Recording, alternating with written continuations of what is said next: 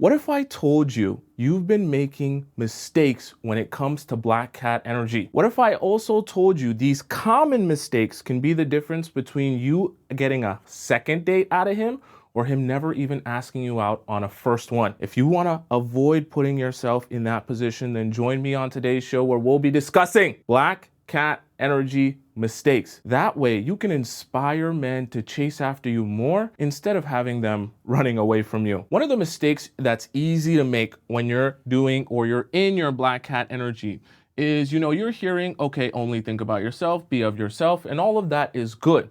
But there can come an extreme where you're showing him no interest. And because you're showing him no interest, and he is in turn showing you interest, what can happen here after a while of him showing you so much interest and you showing him absolutely zero interest is he can begin to become frustrated with this loop here, right? Of him getting nothing in return and him showing you a whole lot of interest. Now, you guys know me, so I'm never going to advise you to show men tons of interest, worship him, tell him how amazing he is, compliment his t-shirt and his hairstyle and all that stupid stuff, okay? We're not doing that and we will never do that.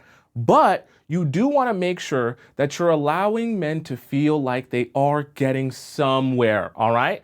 You want to start off cold and allow him to progress over time, and we're going to talk about progression right after this. But interest is so important. Now, as you're in your black cat energy and you're showing him interest, you're going to show him the right type of interest at the right time. So what do I mean by that, right? You don't want to be showing a man no interest by never talking to him, ignoring all his calls, ignoring all his texts, and then when he takes you out on a date, you're sitting there like this. Tomisin told me to be in my black cat energy, so I'm just going to pretend like I really don't care to be here. Because you're actually sending him too many negative signals that he's going to start feeling like the level of effort he's putting into you is not at all being reciprocated, and he's going to start feeling like he's wasting his time by even showing you interest himself, okay? And so you're going to have some guys that begin to resent that process and either stop showing you interest altogether or totally pull back on that, okay? We want to put you in a place where you're showing him little interest. And the reason I say little interest is you still want to make this feel like something worth the guy's time, right? You want to make him feel like there is a little bit being reciprocated here. Now, remember I said the right timing is also very important. So your focus when it comes to showing him interest is not trying to show him interest over the phone. You guys know I hate the phone. Okay? Because I want you to build your relationships in person. I want the bulk of you showing that little bit of interest to come when you guys are in person. Why? Because that's the most impactful time for him to feel that like it's actually real and it's actually happening. Also, you're doing something that we'll talk about later on in the show with the feedback loop, right? We want him to get the best of you or feel like you're the most interested in him when you're on these dates. Because you're doing two things simultaneously. One, you're showing him just enough interest that he feels like there's some reciprocation going on, which is good. But you're also giving him that good feeling on the one time that he's actually taking you out on a date. And remember, everything we're doing here when we're talking to men and we're communicating with men, we're trying to get you out on more dates. Number two, our second point here, all right? I'm gonna give you two different scenarios here. And then we're going to kind of go through which one would you rather to do, which one are you feeling, and which one would be what you feel is just the best option for you, okay? Let's say that at the end of both of these areas here, right, point B, so you have a point B in both of these scenarios. $1 million USD is sitting at the end of point B in both of these scenarios. Now, I want to ask you a question here. Would you rather go through a maze to get to your point B? However, in that maze, it's very confusing and you're gonna go one way and another way. And yeah, theoretically, if you make all the right turns, it might take you only 5 minutes. I'm asking you, it might only take you 5 minutes. But if you don't make all the right turns, it could take you 50 years to get to your point B. Or would you rather just walk your clear 10-mile stretch or 16 kilometers for those of you who use the metric system, and On the other side, it'll be a straight line and you'll be able to see your destination from when you begin your walk or your journey. You'll literally be able to see that point B and you'll be able to see yourself progressing towards it. Which one would you rather do? Would you rather go through point 1, which is the maze, and you might get there in 5 minutes, but it also might take you 50 years if you don't make all the right moves? Or would you rather do scenario number 2, which is your straight line right to destination, but it is a clear 2 miles, okay? So there really isn't any way to avoid, sorry, not 2 miles, 10 miles. So there really isn't any way to avoid getting past that distance there, right? It's not gonna take you 5 minutes no matter what. The reason I asked this question, okay, and the reason I wanna make an example out of this analogy here is because, see, the thing about progression, it's so important to the psyche to keep you motivated towards a particular goal. And if you don't have the right amount of motivation on an ongoing basis, you will lose your desire to even start that journey or continue doing it. So what do I mean by that in this example? There's a reason majority of you picked number 2 as the option you would take, right? Theoretically, number 1 could get you to your destination of point B in 5 minutes. But if you're going through this entire maze here, right, you might make left turns, right turns, back turns, and after a while, you might be really confused. And at a certain point, you'll just spend so much time in the maze, you won't know how close or far you are from your destination or where you want to go. And at a certain point, even if you were right around the corner, even if you got to the center of the maze and all you had to do was make one more right or one more left or one more back turn and you would get there, you wouldn't actually know you were that close. And because you don't know how close you are, you don't have the motivation to continue going. So by the time you get to the center of the maze and you got one more turn to make, that might be the time where you turn back and you say, I give up. I'm done now. Because you don't know how much you've progressed towards your goal. So the whole reason that I say that is the same thing for the men. And that can become one of the black cat energy mistakes that you can make in your relationships. When you start to embody that black cat energy so much and your chest is out and you're confident and you're walking and you don't need a man, that's great.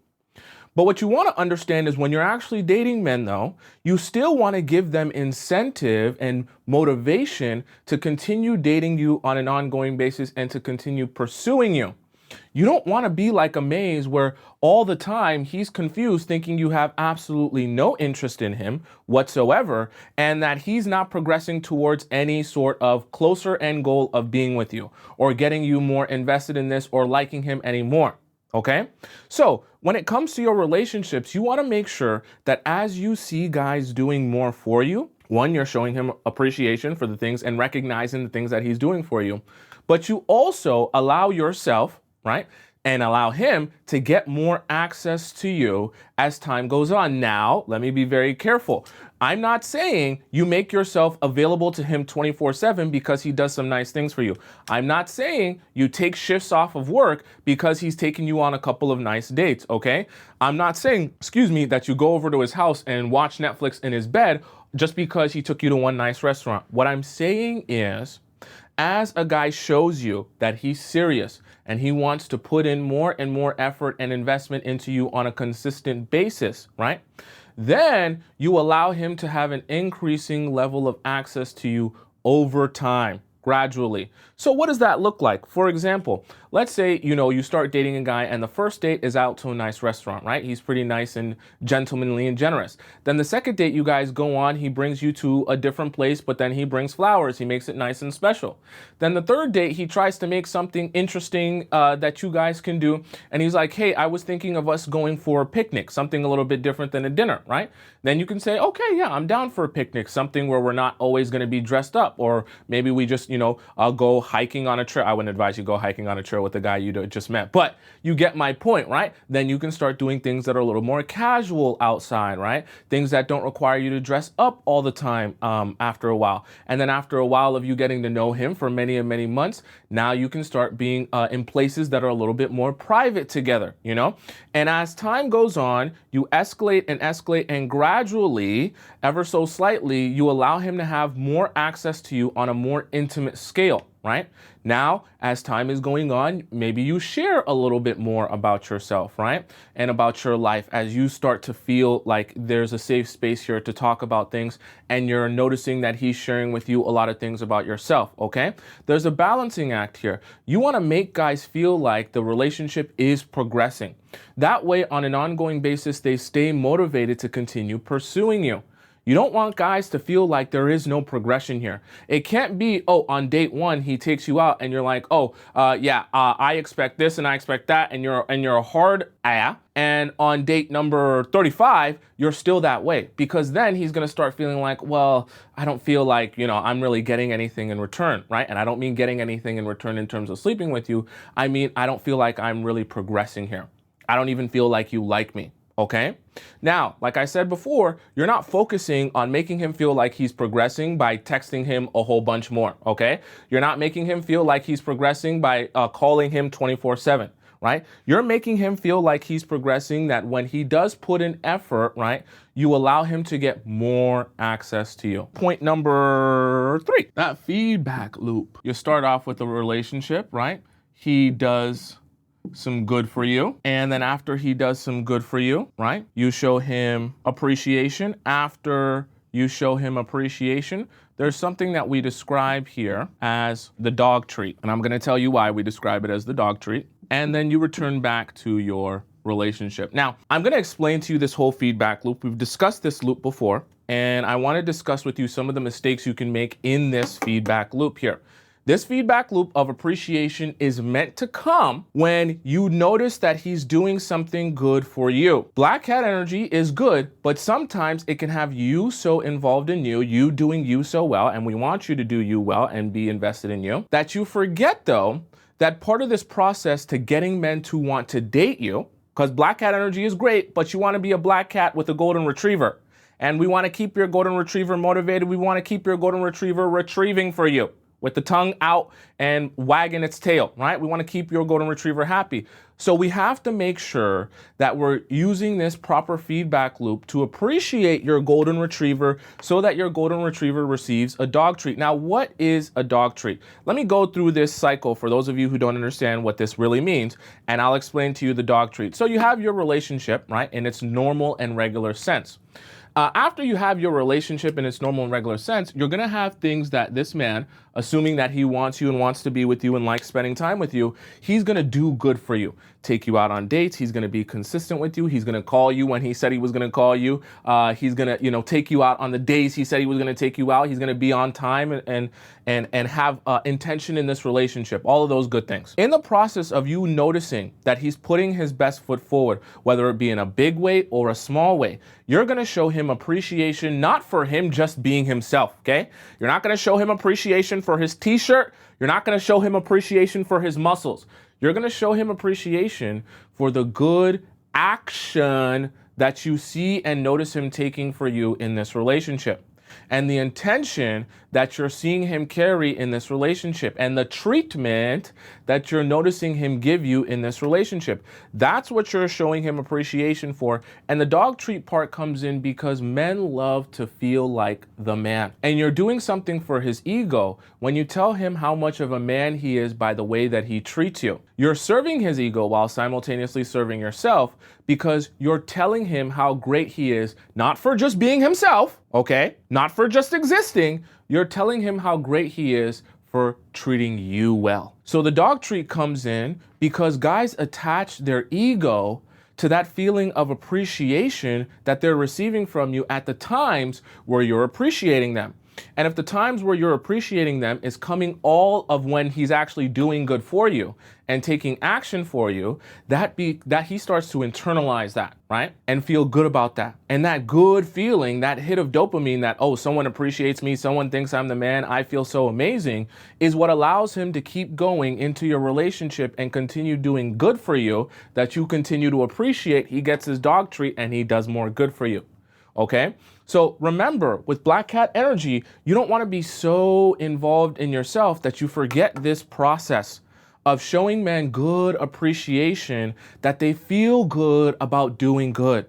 I know it sounds really silly because you're feeling like you're dating a child when you have to think of all these things, but remember, you're doing something for him to do something for yourself. You want to have black cat energy, yes, but you don't just want to be a black cat in isolation. You want to be a black cat with a golden retriever who's chasing after you. And in order to do that properly, we can't understate the importance of understanding how to give your dog, your golden retriever, some dog treats, so that on an ongoing basis, like we talked about with progression, your dog feels good about continuing to chase and pursue. Point number 4. You have your words here. I'm going to use words to make him feel good. And after he feels good, he will take action on the fact that he feels so good from the words that I give him. Okay? Now, this is something that I don't want you to fall into the trap of doing, because when you're in black cat energy, we don't want it to be about the words. And I know we can seduce men with words and turn them on with words. It is definitely possible. But we want to make sure that you're using something so much more powerful than words. We want you to use your body, okay, right? And we want your body to make him feel good. We want your body after he feels good to make him take action. Now,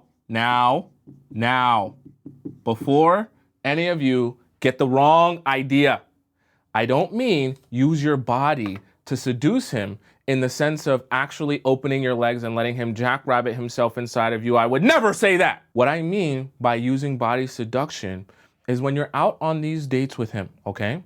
And you're having conversation with him, we don't want your words to be the thing that's giving him a lot of reassurance, right?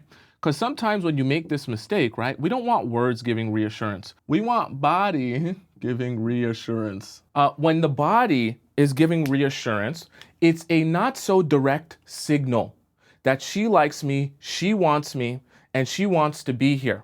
When guys can feel like you want to be here, when guys can feel like you want them, this is another indicator for them that they should continue pursuing you, okay? Right? Remember, in everything you're doing, even in your black cat energy, we want men continuing to pursue you.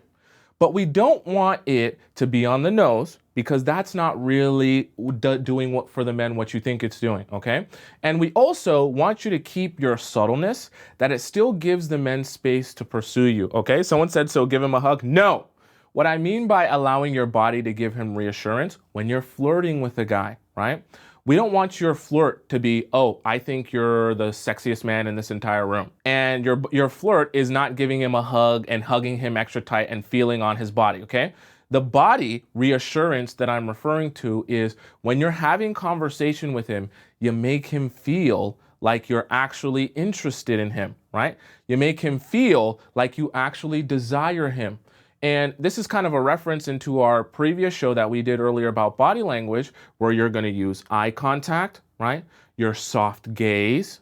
You're going to use your listening skills, and you're going to use your body language while listening to him to make him feel like you actually care about what he's saying, right? Because it's not just enough to ask questions. When you ask questions, you have to look like you're being an active listener. And understanding how your body and face looks while you listen is so important to looking like an active listener. Because I can ask you a question. I'll just give you a quick example. If I ask you a question and I go, oh yeah, so where were you born?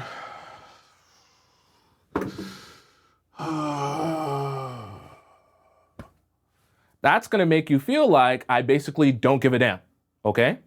But if I ask you, oh, so where were you born?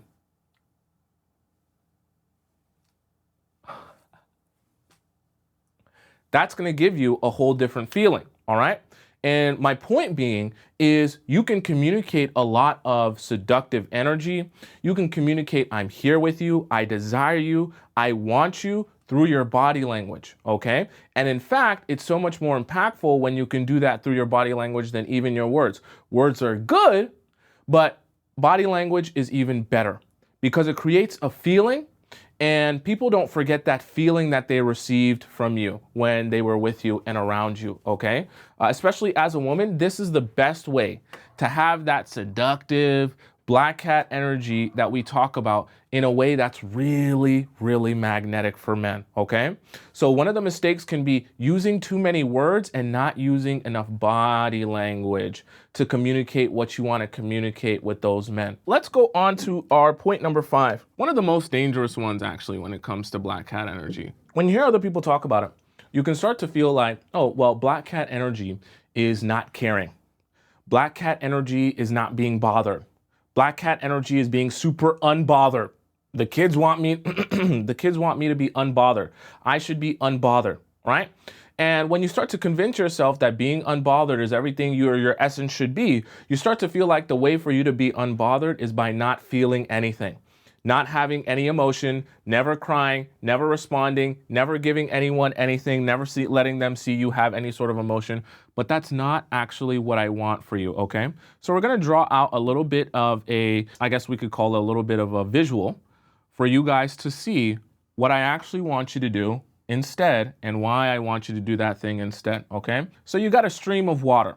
And this stream of water is flowing down onto your house, is flowing down from this mountain onto your house.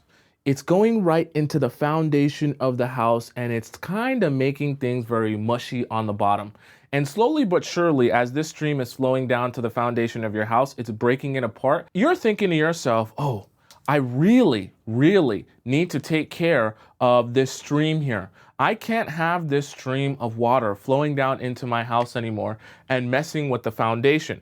So I'm going to create this big, large barrier that's going to stop all of this stream from flowing down onto my house, right? I'm going to create like a mini dam. Yeah, maybe for a day or so.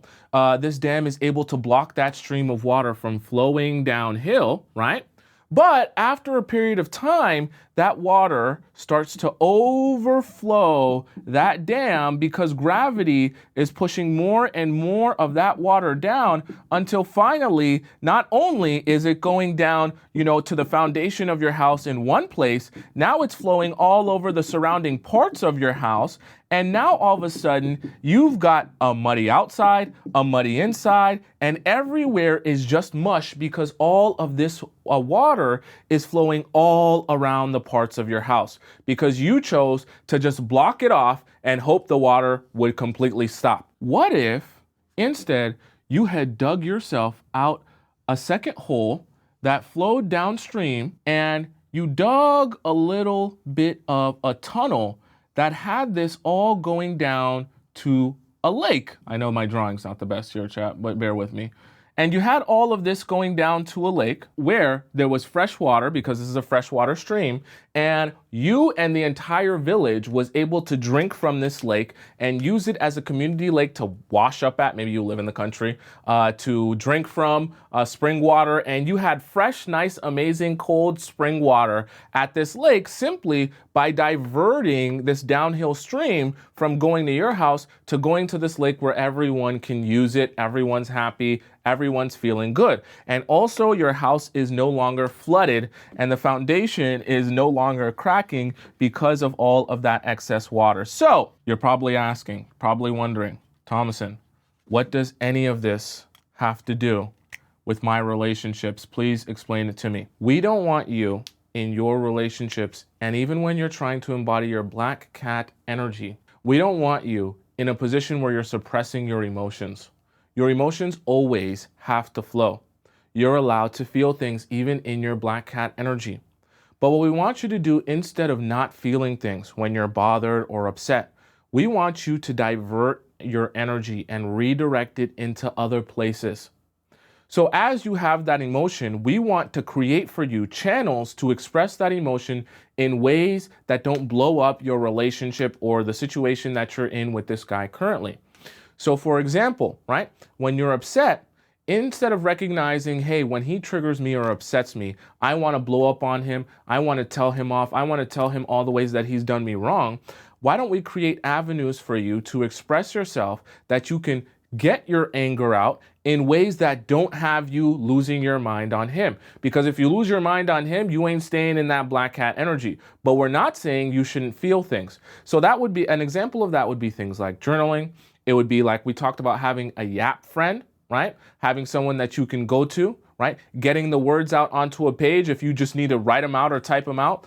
Going to the gym. If you like to squat heavy weights to get that anger out. I hate that guy. Oh, why would he DM that girl? Who is he flirting with today? Right? And you get all of that energy out that way. However you want to do that, you do that. And you figure out through trial and error and implementing different things into your life, what works best for you in order to be able to, as soon as you feel that emotion, right? As soon as you feel that strong anger, upsetness, sadness, you know exactly where to channel your energy into so that you can get it out. Because it's not about not feeling it, it's about feeling it, but understanding how to channel it to a place that actually benefits you, okay? Or that you can utilize or you can work with. Not having yourself say, oh, I'm just not going to feel anything because I'm in my black cat energy. And then by the time he upsets you or bothers you, you're still saying, I'm a black cat, but I feel like I'm going crazy. And then you blow up on him because that's not how emotions work. Because they're going to overflow if you try to build that dam and all of that water just keeps coming and coming and coming. And that sounds really dirty, but you get my point. And it's going to overflow and things are going to be very bad. We don't want that for you. We want you to feel. We want you to be sad if you're sad. We want you to be happy if you're happy, but we don't want you suppressing your emotions so that you don't feel that, right?